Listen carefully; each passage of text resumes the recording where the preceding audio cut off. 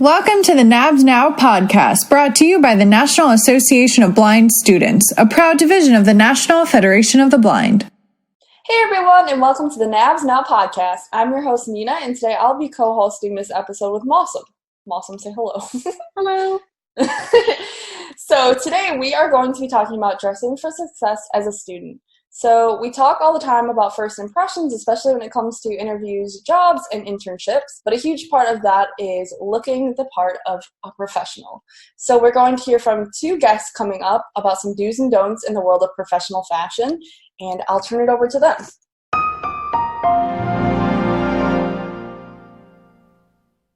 Hi NABS, this is Alex Castillo. I'm a rehabilitation teacher with the Virginia Department for the Blind and Vision Impaired. And I'm here to talk with you guys about dress, particularly dressing for something like Washington seminar or a job interview. So let's go ahead and get started. You're going to want to pick out things that go well together. This is not a time to be super adventurous unless you're already quite familiar with formal dress. So what we're going to do here is just going to talk about the rules, if you can call them that. And of course, you can break those, and I always break them. But you got to know what it is that you're breaking, what the expectation is, okay? So let's start out with, what do people wear in the wintertime? You already know this probably, but let's just go over it, okay? So you're going to want a jacket or a coat that is longer than your suit jacket. That coat is probably going to be made out of some type of wool or wool hybrid, okay? And it's probably going to be dark, either black, gray, charcoal, navy blue. Now, you've got your coat, you've got your pea coat, and you need a suit under that. So, again, the colors of that suit are probably going to be black, gray, navy blue, any shade between those. That's going to be the most commonly used colors. If you've got a suit that is solid, you're probably going to want a tie that has a pattern on it, and you're probably going to want a shirt that has a little bit of a pattern on it too. If it's a solid shirt with a solid suit, that also looks very elegant, very sharp. You don't need patterns all over the place, but definitely your tie should have some kind of pattern on it. Your suit should not look like a uniform. Now, if you've got a suit with a pattern on it already, so pinstripes, very common, again, you could use a shirt that is solid. You could use a tie that has a little bit of a pattern on it. But you don't want to go too much in the patterns here because your suit already has a pattern. So 3 different patterns, too much. They don't know how to handle that stuff. So don't do it. Now, let's talk about your shoes and your belt. Your shoes should always match your belt. If you've got a watch, the wristband should match your shoes and match your belt. Now, this doesn't mean that it has to be the exact same color through and through. It could be, let's say you've got a pair of brown shoes on and that belt has different tones of brown. One of those tones matches very well, exactly. In other words, it's the same color as your shoes. It could just be that, or vice versa. It'd be a little bit of a tone on your shoes that matches the same tone on your belt. But again, in a job interview, you're on the hill. You want to be as conservative as possible with your dress. Don't want to go too much. You want them to pay attention to what you're saying, not necessarily what you look like. So let's get into your ties. This is very important. I can't show you how to tie a tie on a podcast or on a call or anything like that. But I do have a resource for you. If you go to tie-a-tie.net, again, tie-a-tie.net, they have lots of images. If you're the type that says the images are not my language, Alex, then I say, well, they have also step-by-step instructions on how you can tie a tie. You got to practice this. You got to pick a knot that looks good with you. You got to pick a knot that goes with your suit. Usually the Windsor knot goes with very well with slim ties, and it's going to go with most slim suits, which is probably what you're getting if you have bought a suit recently. The double Windsor, it's got a thicker knot, and that's going to look really good with a classic fitting suit, and it's a very CEO type of tie. You're the boss kind of tie, okay? With that said, let's talk a little bit about business casual and more formal. if you're on the hill, you don't necessarily want business casual. If you're on a date, you're on an interview, or you're hanging out with people, that's okay. But on the hill, you're going to want to be as formal as you can without wearing a tuxedo and without looking like you're getting married. So, what is business casual? Business casual could be a pair of really dark jeans, a very nice shirt, and a sports jacket. Business casual could be a nice slim suit without a tie, no socks, and loafers. So it really depends on where you are going and who you're going to be around. I would say a very safe business casual look is no tie, just a suit, a nice shirt, socks, and a belt, and that's it. And maybe you don't button all of the buttons on your shirt. You open, maybe you leave a button or two just kind of loose, give you that I'm relaxed kind of look. Again, but it's just going to depend on where you're going and who you're with. So I would say if you don't know, play it safe. And yeah, thanks for listening, guys. Have a good night, or morning, or afternoon.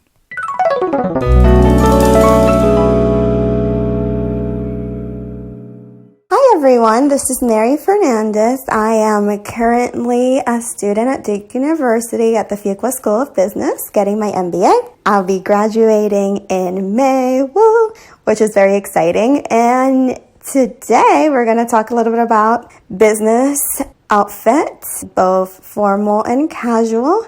And the way I like to approach it for women is from the inside out.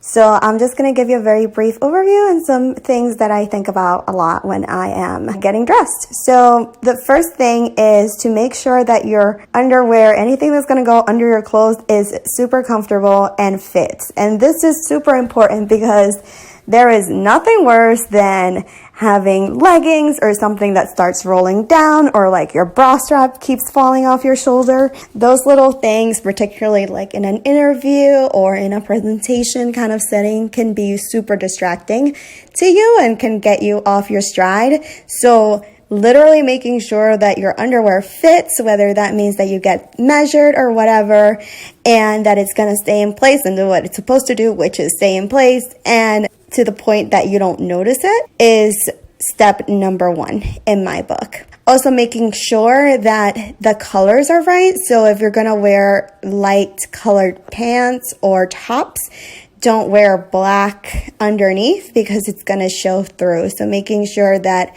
things are not showing through your outfit.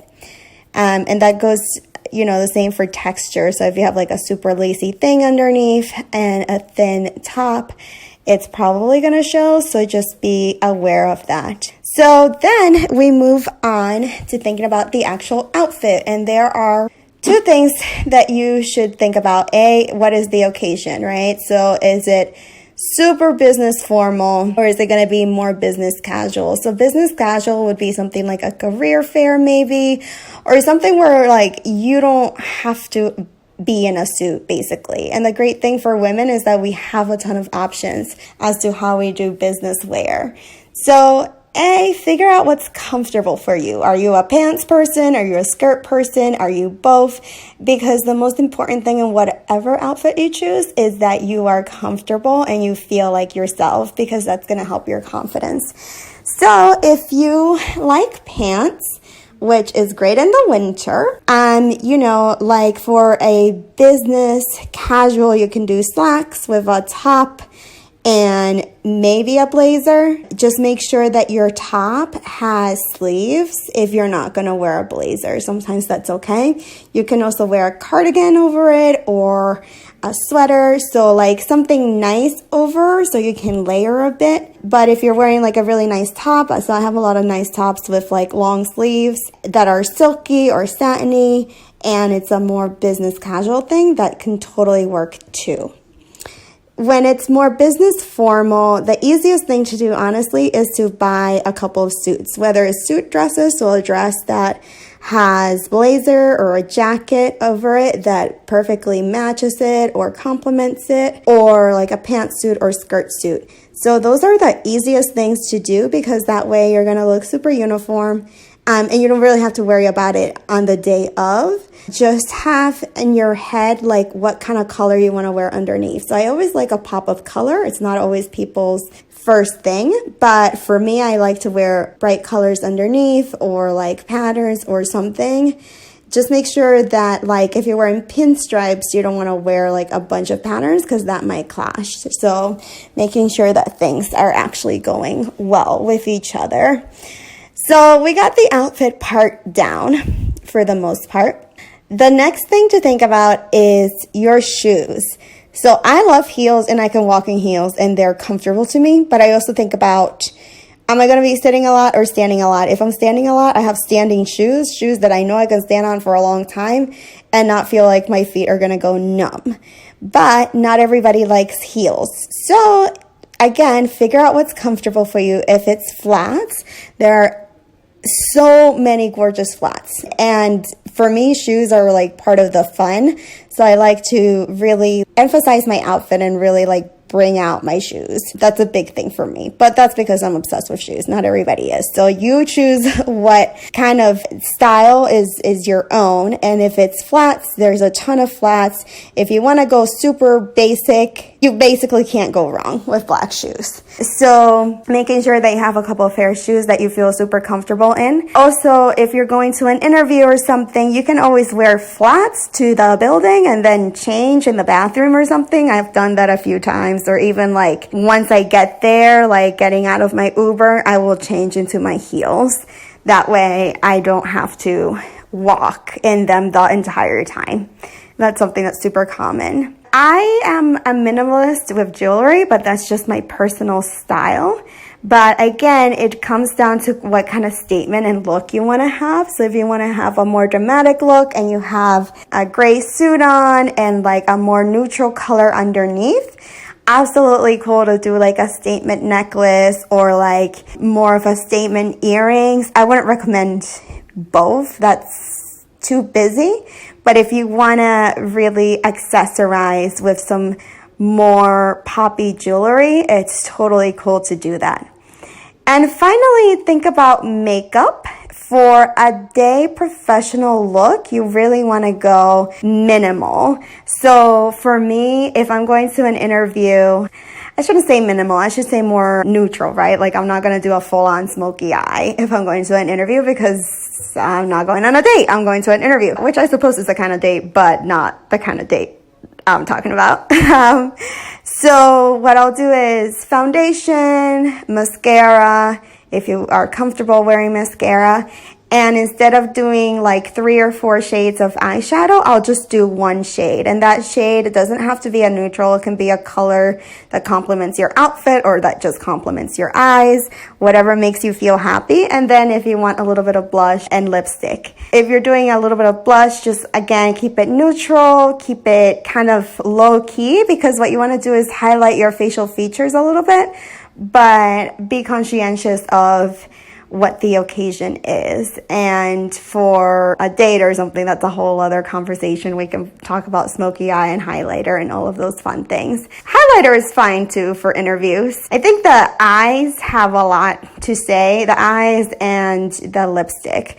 So as long as you keep those like more in the neutral end with like 1 shade of eyeshadow and maybe more of a nude or neutral lipstick, that's great. Now, if you want a more like poppy lipstick, if you want to do like a brighter color, that's totally great, but make sure that you balance that out on the rest of your face. So those are my general tips and tricks. I hope that's helpful. And yeah, you can find me on Facebook, Instagram, etc. Thank you so much for listening, and I hope this helps.